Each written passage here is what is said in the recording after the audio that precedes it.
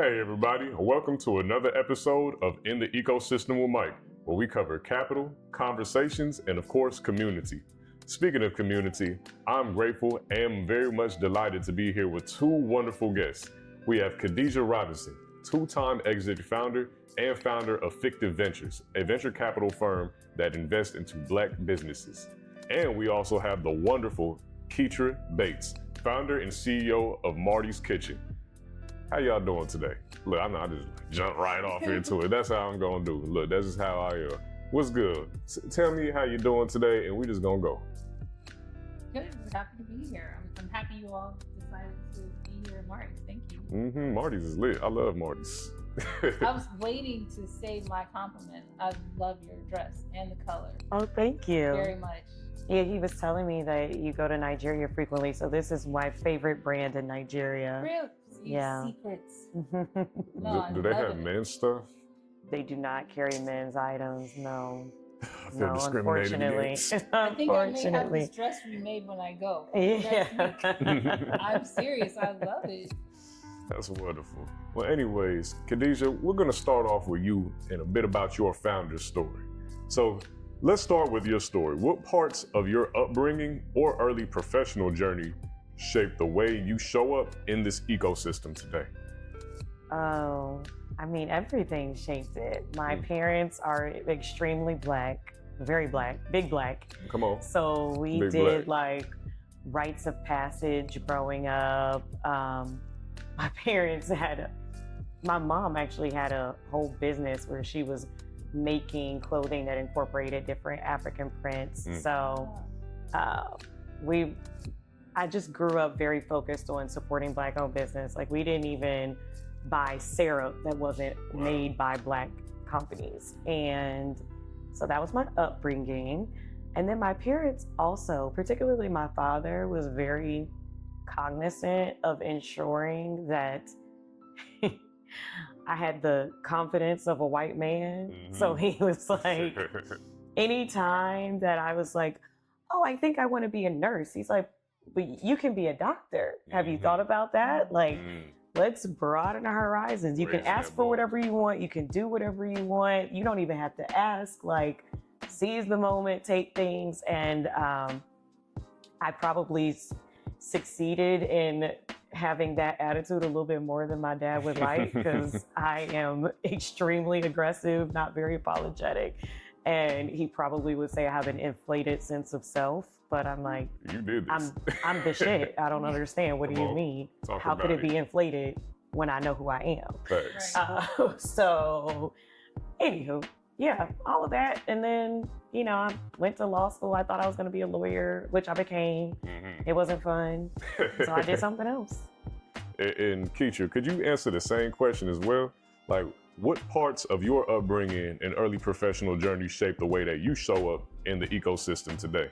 So I was listening to your story, and my parents are very intentional as well, but I think it's a bit different in that I was undiagnosed autistic as a child, just growing up, and I'm level 1. So as a level 1 autistic undiagnosed little Black girl, that meant that I like to read books, I would get my work done, and I was like not so concerned with boys. I don't think my parents had a problem with that. They're like, leave it alone. She's socially awkward, no problem. But there was a huge pivot, I think probably my first year of high school. I'm from South Carolina, and the way they handled smart kids at the time, if you were identified as an intelligent child, they said, okay, we're gonna take this kid, pull him out of the school and stick him in another one. So I would be like one of 5 Black kids in class. And this happened all throughout middle school, but when it was time for high school, my parents made a very conscious choice to take me out of that track and put me in the Blackest high school. I don't think there was one other ethnic group there besides us. And I was mad, big mad. I want to be with my friends. How can you do this, such and such? But what it did, they were like, this is our last chance to really influence you and make sure you understand who you belong to. And so I got over my I'm smart ego. I got over my I'm different from these kids, and I had to survive high school, which meant that I had to interact with my peers, and interacting with them, I'm like finding things that we have in common more than not. And so that basically has informed how I move in life. When I solve problems, because as an autistic person, my mind is very much solving puzzles. Mm-hmm. And I'm like, well, how do I solve this problem? And I happen to be living in our community, so I tend to solve problems that our community is faced with. And that's wonderful. Yeah.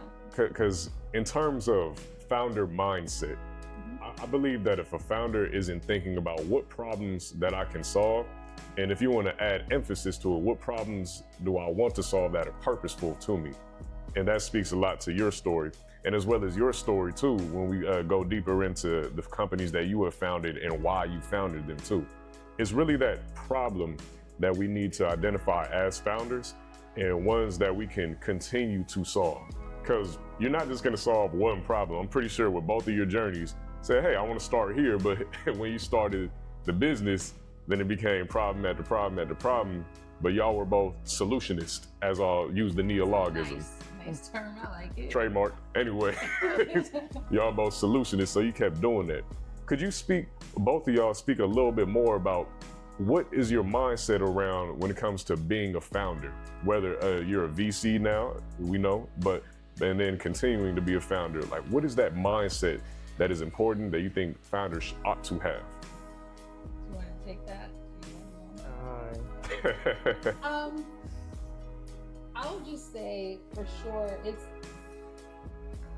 I don't ask for permission. I don't think of permission. Y'all kindred spirits, okay? I don't. You know, like when you were speaking of, you know, the way you show up in the world, I think I'm probably a bit more reserved or aloof about that feeling, but I feel that. I'm like, I don't actually need to interact with everyone because I find that I'm highly sensitive and really observant, and so I can get overwhelmed with too many energies. But if I allow myself to observe, then probably I won't see a problem, and if it touches me, I will try to think of some solution. I think in terms of Marrdy's and what I've been doing for the past 10 years, you know, I started out focused on food, and now, you know, we have an incubator kitchen, we have a cafe, we have a foundation, but it's all related, but it's not solely centering on food, because I will get bored. I will leave it there and toss that to you. Do you get bored? Oh, yes, of course. But I think as a founder, you have to be relentless. That when you boil everything down, you have to be relentless. This shit is not fun. The vast majority of the time, it is not fun. You will be on the verge of bankruptcy, credit card debt. Your relationships are strained. You're not spending the time with your family that you're supposed to be spending with them. You drink and not water. Alcoholism, substance abuse, people who are depressed, anxiety, on different medications to help them get their mental health under control. I think right now, the people I know who are still in the game, who kind of were coming up when I was coming up as founders, over half of them are currently on some kind of medication related to their mental health. This is not fun. I know people who maxed out their cards, whose cars got repos, right? Like, I mean, had to move in with their parents. This is a crazy life, and the vast majority of the time, it's not going to reward you in the way that you think or hope, and you still have to figure out a way to be relentless. You would never cannot be doing it for the money. You cannot be doing it because it's like something interesting to do, cool and vibey in your spare time. Like, you have got to be relentless. It's got to be something that you just cannot put down, no matter what.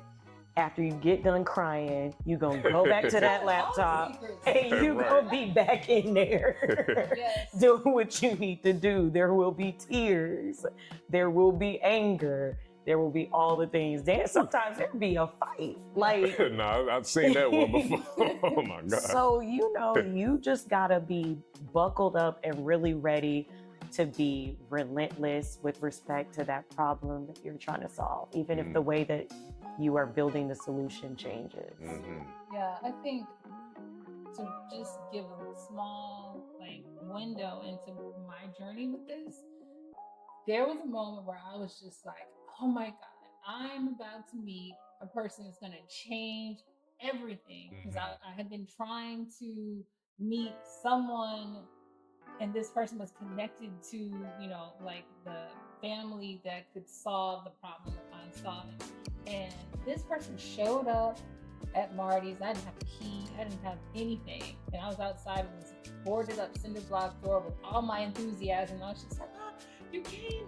And that person got out and looked around, and it was like, if you could imagine dog breath and shit on your shoe. Oh, it was so bad. It was so bad because I was just like, hey, guess what? And it was like, ooh, if I could have been Pepe Le Pew, am I aging myself? Giving the white refrigerators.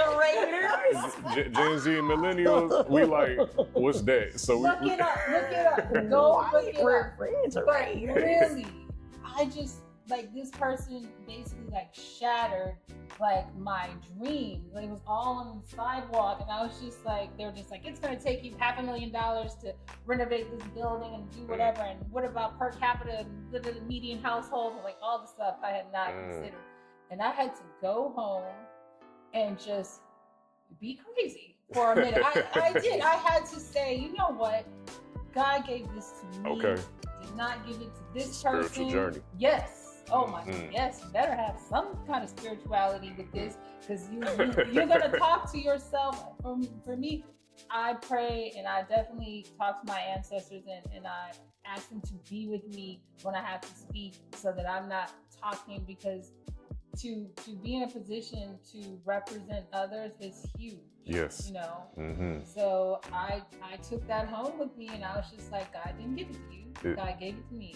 And I started going to where you spoke recently, the Westside Future Fund, with a basket and little pies and cakes that I was selling for $5 to raise money to buy a building. Which sounds crazy. Nah, you're not going to buy a building with $5 pies. Yes, you can. And I did. And look, I did. And look where we at. Shout out to you. Yeah. So it's just, y'all spoke about that relentlessness, and delusion. Yes. A little delusion. Okay. A lot of delusion. Yeah. Because you got to be able to talk to the person who's like, you will never do this, and be like, okay. Right. Still go do it. Man. Literally. Yes. We're Black people. Yes. Okay. Yes. We have also figured out how to make do with literally nothing for centuries. Less than nothing. People have been trying to kill us since we got to this country, and we still sitting here buying buildings and building companies. Do you know what we can do? Right. Okay. You have to kind of just not even say that part. I almost want you to cut it out, because I'm like, I don't want them to know. I don't want them to know. There's something else. I love it. But it's true. But exactly. It's true. When you're coming from an African-centered point of view, you have to consider survival. Something that happened with Marrdy's that I never anticipated was, you're getting all this press, and people are like, oh, I want to know about your story. Well, one of the big stories that we had that was so compelling was the cookie lady. 2 sets of twins, 5 children total, came to Atlanta, no job, started selling cookies in hair salons, and then her business takes off. She ends up being featured in Atlanta magazine, the story about Marrdy's and our vendors. And do you know that someone called DFAX on her and said that she was using her DFAX resources and making money and not reporting it? Ever since then, I was like, I will never reveal the name. I feel you. It's real. I feel you. I'm from Savannah. Yeah. And when I mentioned the fighting, Nugget you buck. I'm like, for real. That's crazy. Yeah, it's real. But I mean, it's just to kind of stewardship that you have to take on when you are working in this arena in particular. You know, it can't be your ego. It can't be like, oh, I want to do a story. I don't care. Like, you're not going to get the information from me or how we're making money. You know, especially in these times, because folks are really taking off the mask right now. So you do have to be careful. Yeah. So let's move on to building the Nihilist and building Marrdy's. Because I believe there's a lot of synergy between what y'all did with both of your companies, but there's some key differentiators between them.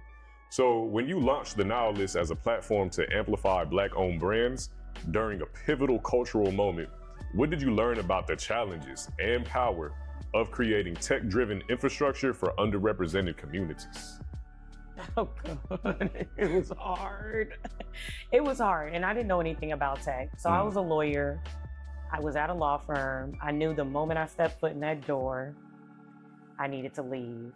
I was like, I got to figure out how I'm going to get out of here. Exit plan I have in mind. to get out of here. During the orientation on the first day, we were in a room, and there were portraits of some of the founding and early partners of the firm, and it was just... it was just white men who were looking down like they were probably rolling in their graves that I was in that room. I'm so serious. They looked like they were looking down like, I know they did not let this like these people. I was the only Black associate that my firm hired as a first year associate. This was in DC, in Washington, DC. Only Black associate that they hired as a first year associate in the world, and they had like 15 offices, over 1,000 lawyers, and it was crazy. And so I was like, how do I get out of here? So I thought that I was going to become so knee deep in like criminal justice reform. I wanted to do that from the inside, going to an assistant U.S. attorney's office. So my plan was I was going to clerk for a district court judge or a judge. And then I was going to use that year-long clerkship, because clerkships are a term appointment for a year. It's going to use that year-long appointment to like launch pad into going to an assistant U.S. attorney's office. And the clerkship circuit is extremely competitive. So when I started interviewing, I started at my firm September 2015. I started interviewing in 2016 in the summertime for a clerkship. I was like writing these applications in the spring. And I got a job, but because of how competitive the circuit is, the job started 2 years out. So I had to wait until 2018 to start at the clerkship. Did you keep your job in the meantime? Yes, because also the student loans that I accumulated in order to get to that law firm were literally a mortgage, like hundreds of thousands of dollars in student loans.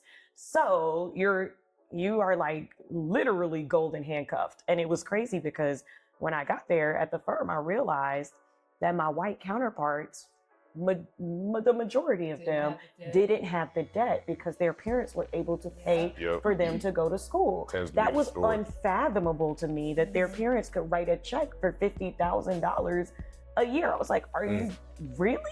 I could not even drop a mental image of what that would look like. So I realized like how different our situations were, and how much like my family, not my parents thankfully, but family members will call you for money, call you for things, and that's just not something that they were experiencing in the same way. So I was like, okay, we're really in different places. But anyway, I finally 100%. completely different places. So when people are talking about like the student loan, the whole conversation around forgiving student loans, to me is so inherently racist that I have to keep myself from just going off on everybody within that conversation, because I'm like, it would disproportionately impact and benefit Black people, which is, I believe, why there is such strong opposition to it. But think about, college is not just the information. College is really like where you meet people. College is like the network, the network that we don't have in many instances.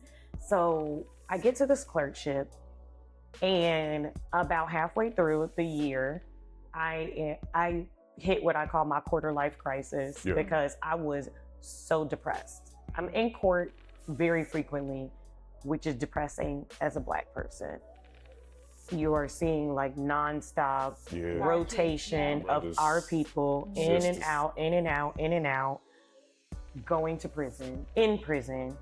And it's hit with football numbers. And it's depressing. Yikes. It's depressing to see how this machinery works, how it has such little regard for our lives, and how we participate in that machinery.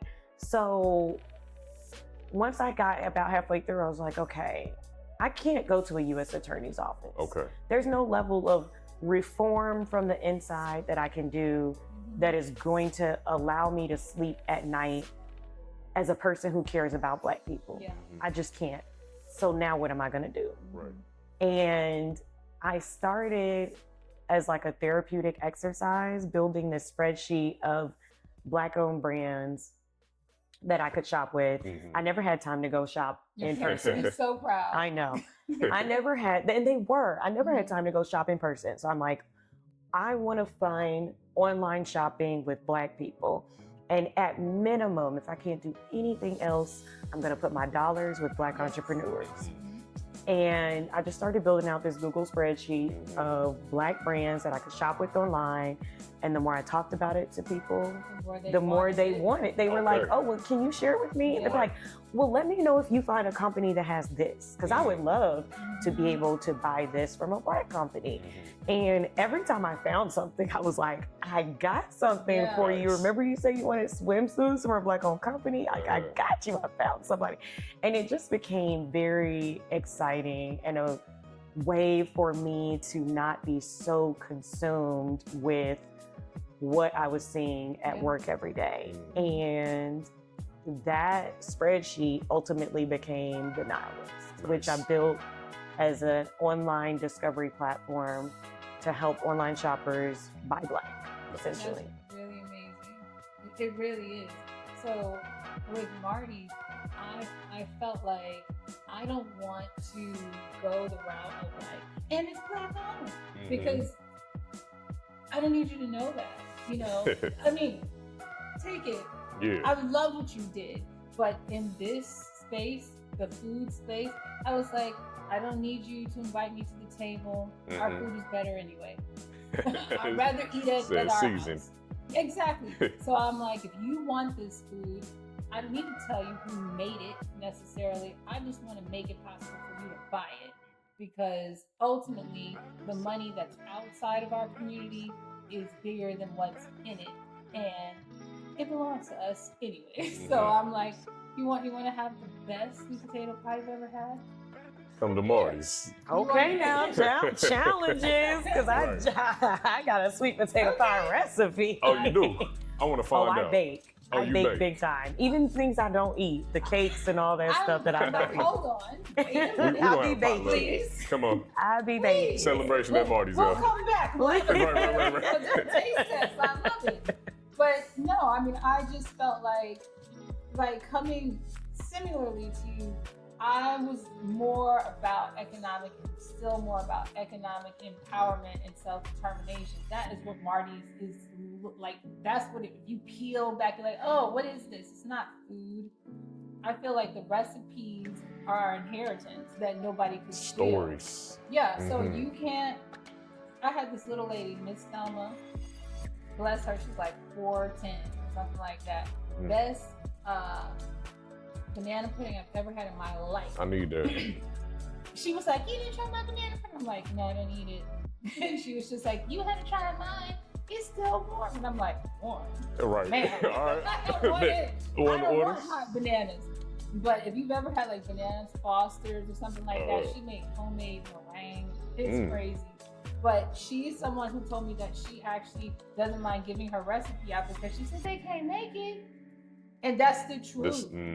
Like, even if you have every single ingredient, if you don't know that she lets her eggs sit out to their room temperature and she whips them by hand 100 times, you are never going to get the same product. I like that. I don't care.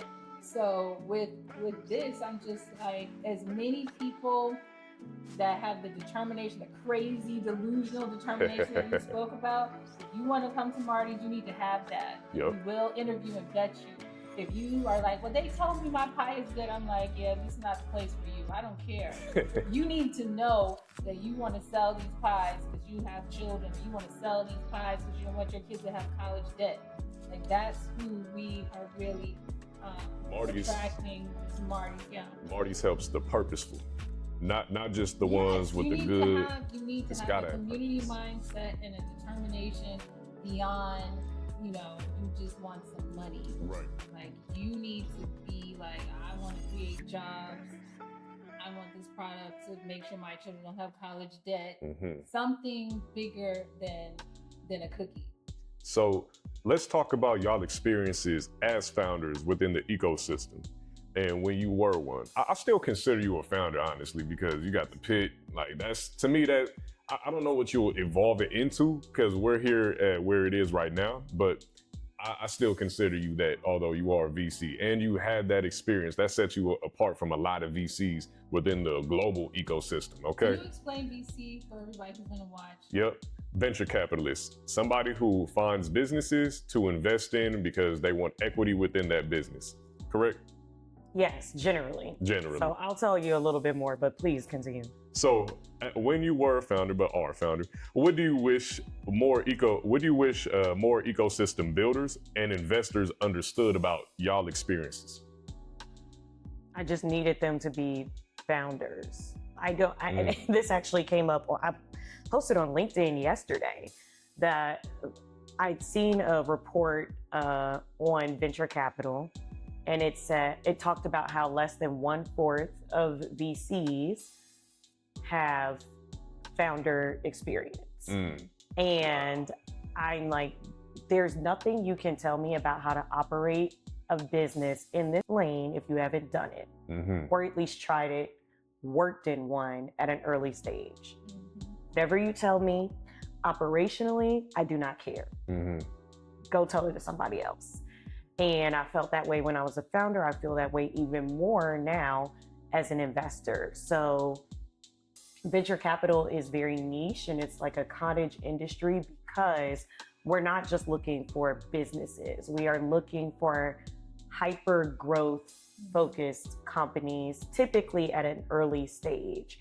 So if you're a venture capitalist and you're coming to invest in something, we're not looking for something that we think is going to generate some stable returns and maybe grow 10% year over year. We want something that if we invest in year one and it's valued at a $2 million business, in year 10, if we even get that far, because we would love to have exited it before then.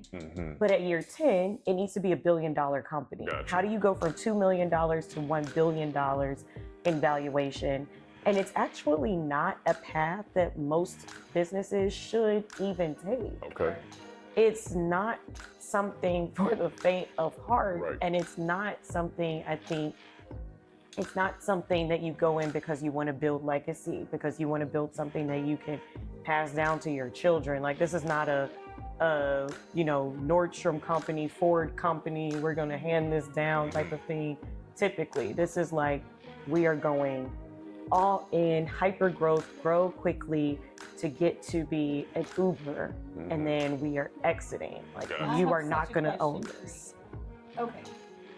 As someone who is very African-centered, how do you reconcile, or how do you just decide, or is it a factor at all? Is the point to get to the sale when you get involved? Because you have things like Carol's daughter. A lot of people are upset, like, oh, I bought this company because it was Black-owned, and then they went and they sold it. So how do you? I don't engage in that because I do think that in many instances, yes, the sale is good because that generates a level of wealth that, and I do not believe in this whole like trickle down thing generally. Like, I don't think that the vast majority of billionaires are going to be good for us in any way. I don't believe in good billionaires necessarily. Until she becomes one, then we'll have our. I do not believe that any person should be a billionaire. So if there is a point where it feels like I am approaching that level, then I need to reassess and redistribute, because I do not believe that you can be a billionaire who cares about people and our planet. I just don't think so. Is it because you're removed from the day-to-day interactions, or? No, it's because in order to extract that level of wealth for yourself personally, you have to participate in many different ways in systems that destroy people, destroy the planet. And it's just not good. You can't be a good person and do that. Like you just can't. So that's not what I desire. But I do think that when you see us get to those types of places, and I take the Shea Moisture example, you see Richelieu Dennis, who built Shea Moisture and who sold Shea Moisture, and these sales get criticized. And I think it's fair in some instances to say, if you are a brand that is hanging your hat on being Black owned, and that's how you garner the community support, then it is unfair that you pocket profits when you sell the company, and the Black community that got you to that place no longer has that product that is Black owned and that speaks to them, and they don't participate in the profits of you selling this company. Well, it's like you use a narrative, and then once it got you the notoriety, then you're like, and thank you very much. But there are companies that don't use that narrative. So Honey Pot, for example, has never been, we're Black owned and we're here for making things for Black women.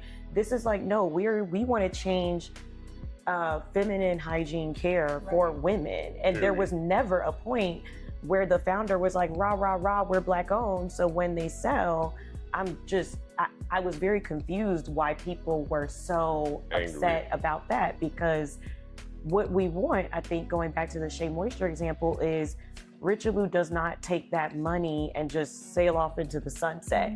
He builds New Voices and the New Voices Foundation. New Voices invested directly into many Black businesses. And then the foundation runs all sorts of programming and gives all sorts of grant money to additional Black-led businesses. Then he goes and buys back Essence from a white corporation to bring it back to being Black owned, and brings us back into the fold for something that is our legacy. So you're talking about, and those are just two examples, two examples, but things that you can't do if you don't sell, say, Shea Moisture and be able to actually get the wealth and the resources and the wherewithal to then go back and do those things. So I don't think it's an inherently bad thing. So that's wonderful. That's a wonderful process, framework, mindset that he had bestowed and used to sustain and grow other businesses and stay mission driven.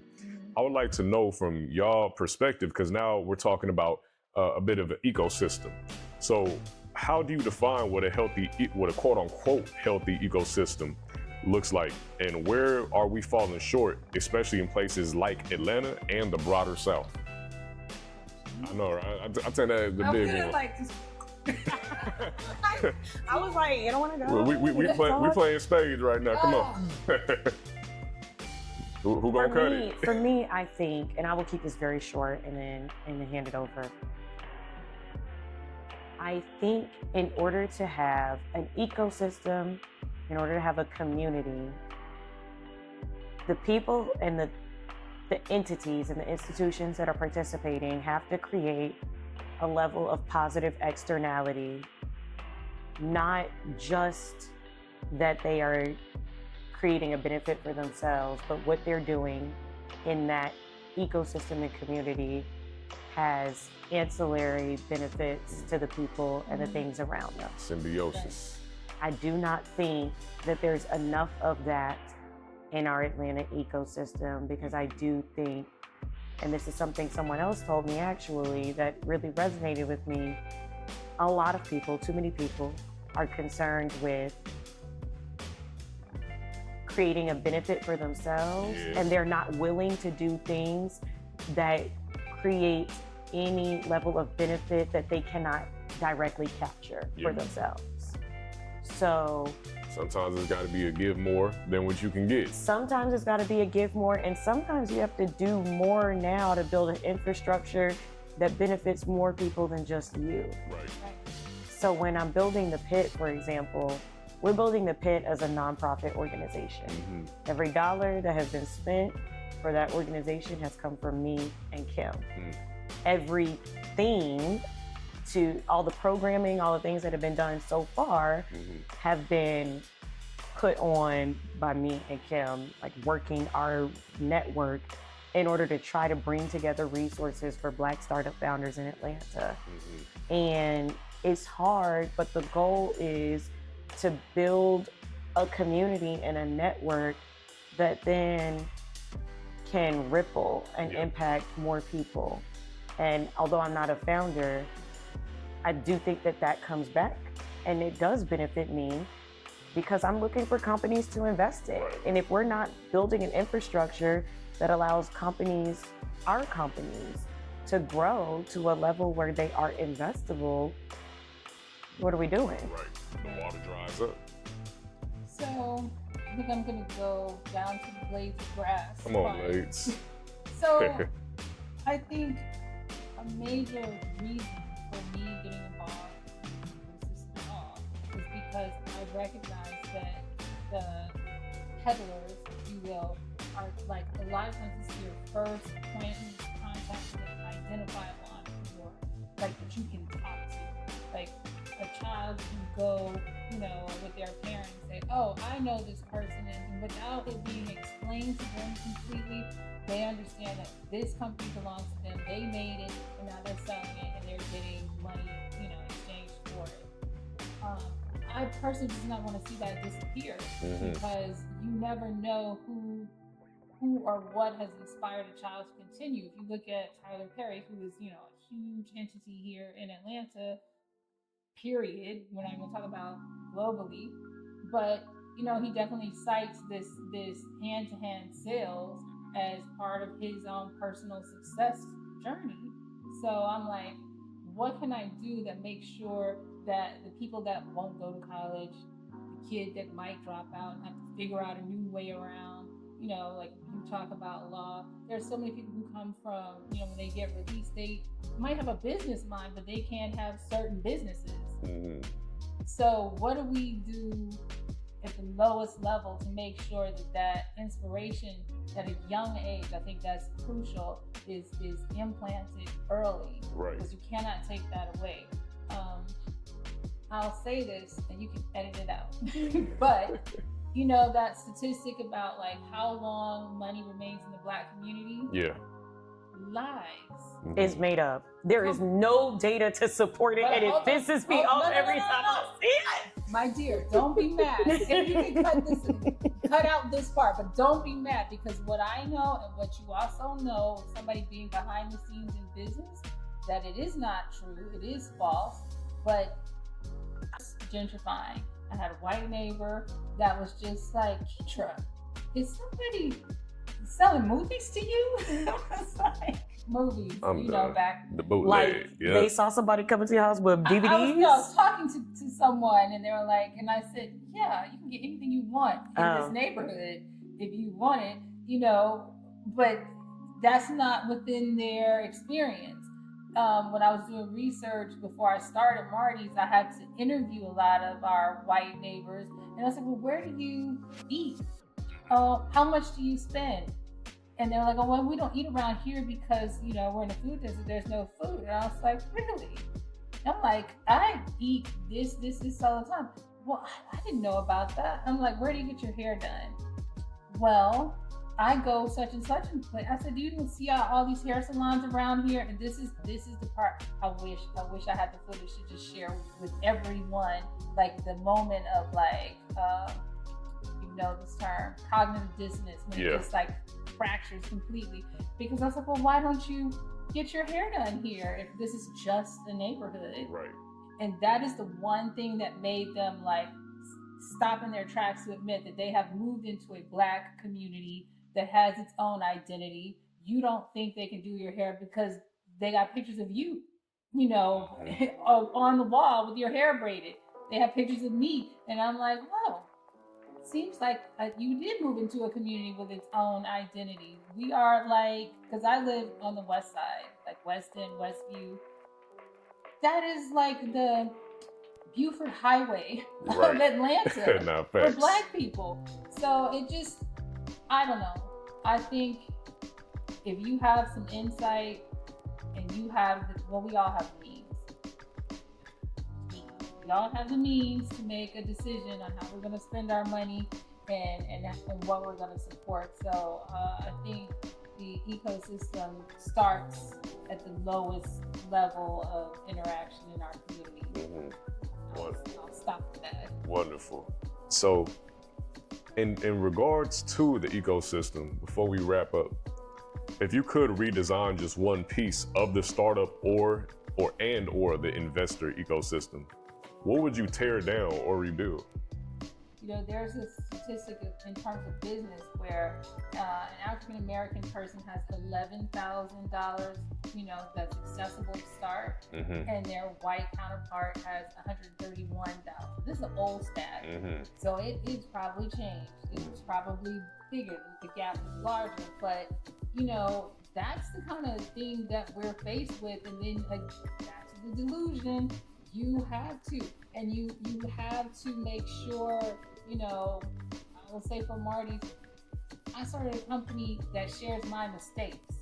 So when you're like, oh, I don't want to talk to anybody if they haven't done this and this and this already, I'm like, I've done a lot of the stuff that our vendors have are attempting to do, and in some ways we have eliminated them to even have to try to do that. So I don't know, Mike. I feel like I'm failing with the answer It's because all good. It just There may not be an answer for this. not in this moment for me right now. I don't know. I don't think that way. I think that's probably the truth. I don't think that way. I think of what can be done now, not what could I change in the past, because it's just like a waste of my energy.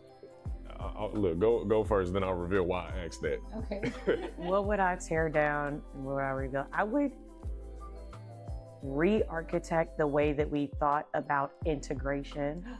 Okay. Because she said that would be mine. I think that destroyed a lot of, not all, because we still in different ways are purposeful about how we support and shop with Black businesses. But I do think that the way that we framed and the way that we went about integrating into this larger society was detrimental to our community.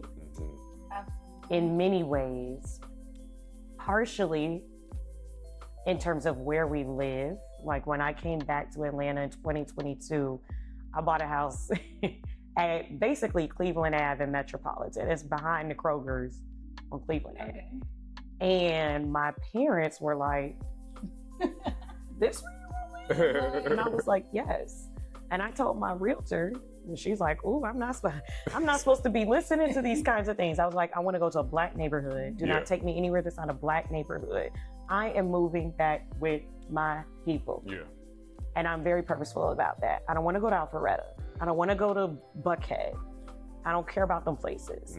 I want to go to where we have built our community over generations, and I want to be a part of continuing our legacy in that community. And part of what you talked about, like being able to talk to the entrepreneur that's behind this thing directly and see them, I think is so critical.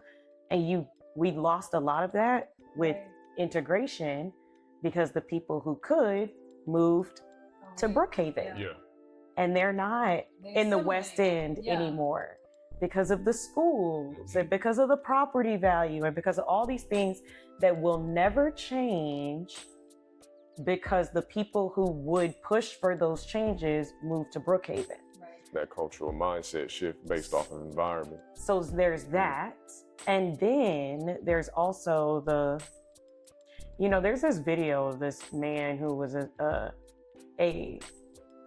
who participated in the civil rights movement, and he participated in boycotts and sit-ins, etc. And he's talking about the first time that he went and visited the integrated lunch counter and got, this sandwich without being beaten on top of the head. And he's like, verbatim, it was the lousiest meal I ever had in my life. Oh, duh.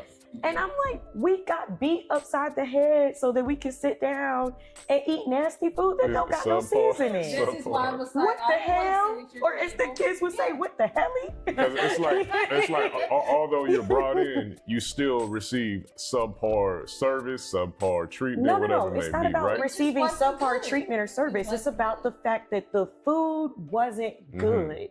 Our food that we were making in our spot off Cleveland Avenue was better. Yes. But we wanted to sit at that lunch counter. And I'm not saying that we should not be able to go where we want to go, because that's key. We need to be able to access the resources and the places freely as people and humans in this society. What I'm saying is that there was a saying back in the day when I was growing up in Savannah that people say, the white man's ice not colder. Yes. And the old folk would say that, and I didn't quite know what it meant when I was younger. And now as an adult, I'm like, you are very right. White man ice not colder.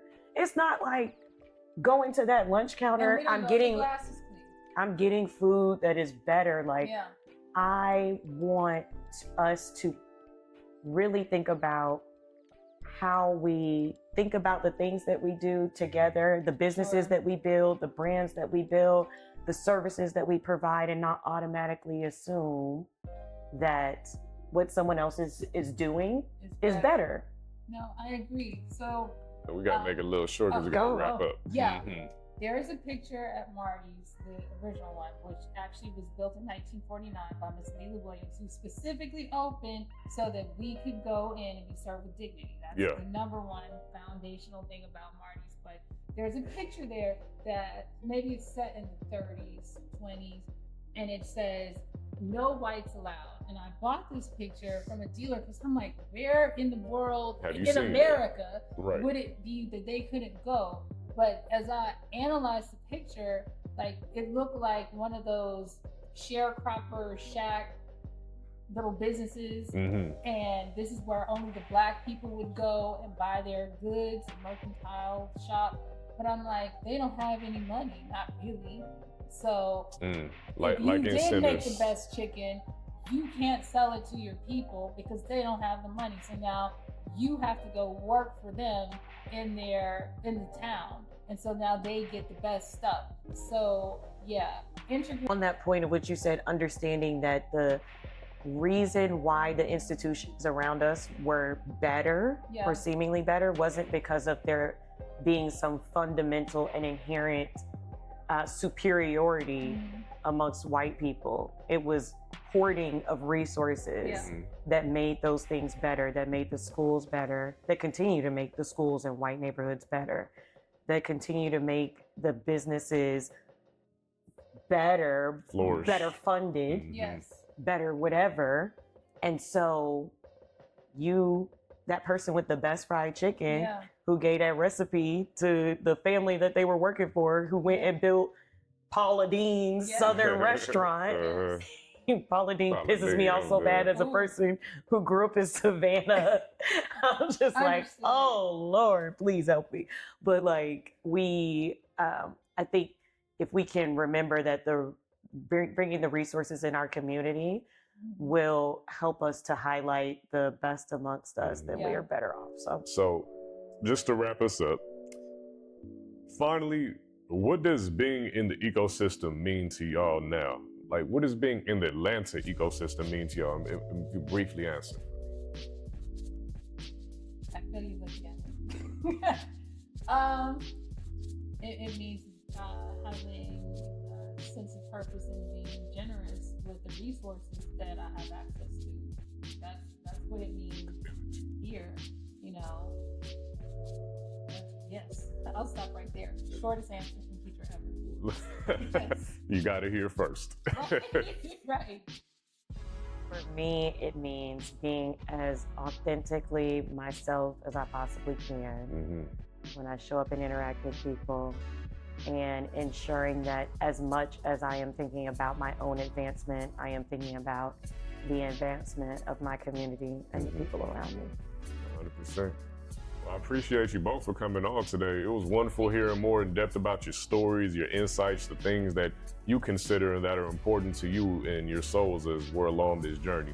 As we know, especially from the beginning of this conversation, founders who are watching this, students, aspiring founders, whoever, it's a spiritual journey when it comes to entrepreneurship. You are literally going to evolve yourself. You're gonna take who you thought you were, throw that up, throw it away, and start with nothing. Yeah. And sacrifice. And then as you continue to build, think about what's important to you. What is purposeful to you? What is it that I'm going to perpetuate throughout my journey and keep near and dear to my heart and not sacrifice as I continue to gain my success? You're not successful just by the material things that are within your hand. You're actually successful by the things that are within your heart and the people who are around you, who share that same success, that same vision for you. So thank you both for coming on today. I had a great time with y'all. You know, we was laughing and everything else, but you know, we're about to go on out. We're here at Marrdy's Kitchen. I think it's time to eat, right?